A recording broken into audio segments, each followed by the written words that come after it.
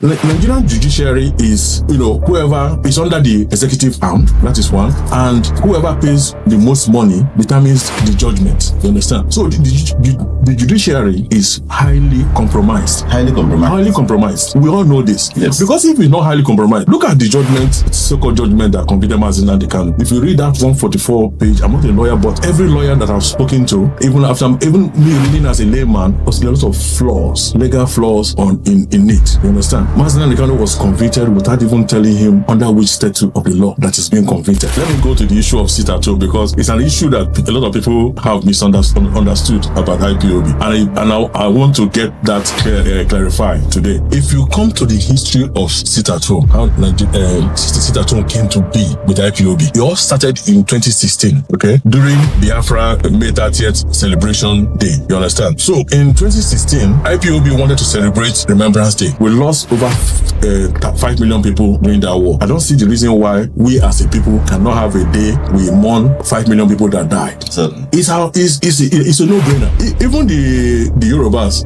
have Abiola that died. 12, one person.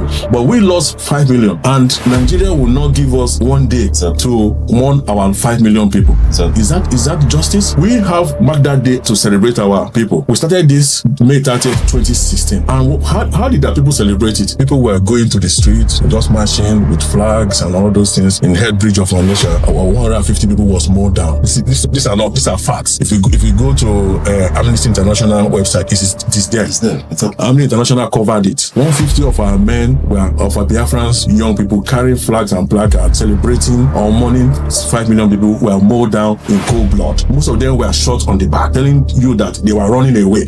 So they were not a threat to Nigerian armed forces, and they were gone down just that way. That was what informed Mazi Nnamdi Kanu to say, enough of killing of my people. So the following year, 2017, IPOB decided that, look, we're no more going to be marching on the street, because the march on the street, they kill us. They're going to kill us. Yes. How do you continue to allow our people to be killed? So we decided that the best thing to do is we sit in our houses. Exactly. The armed forces, Nigerian rogue armed forces, will not come to our house and kill us. But if we go to the street, they're going to kill us. That is what that was the perception of the sit-at-home. That's how the sit-at-home came by. Yes. You see, when you don't know how something started, you will not understand everything about it. That's why I went to this historic background to tell you how sit-at-home came about.